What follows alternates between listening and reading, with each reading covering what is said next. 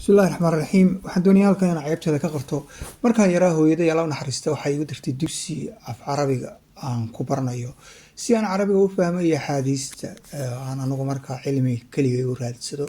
yurub markaan imi waan iska dhigay carabiga halka af soomaaliga halkaas iska dhigay waayo soomaalida iga soo horreysay waxay igula taliyeen inaan af ingiriiska meel iska saaro iyo afka kale ee reer galbeedka si aan shaqo iyo dhaqaale fiican u helo taladoodii xumayd baan qaatay carabiga halkii baan kaga tegay afar wiil ka hor markii gumaadka Falastiin uu bilowday waxaan go'aan ku gaaray inaan carabiga si fiican u barto si aan quraanka u fahmo iyo si aan u fahmo wararka carabta ka soo baxaya haddaad doonayso in ummaddu inay midowdo haddaad doonayso inaad xor noqoto quraanka iyo xadiiska kaliya fahanto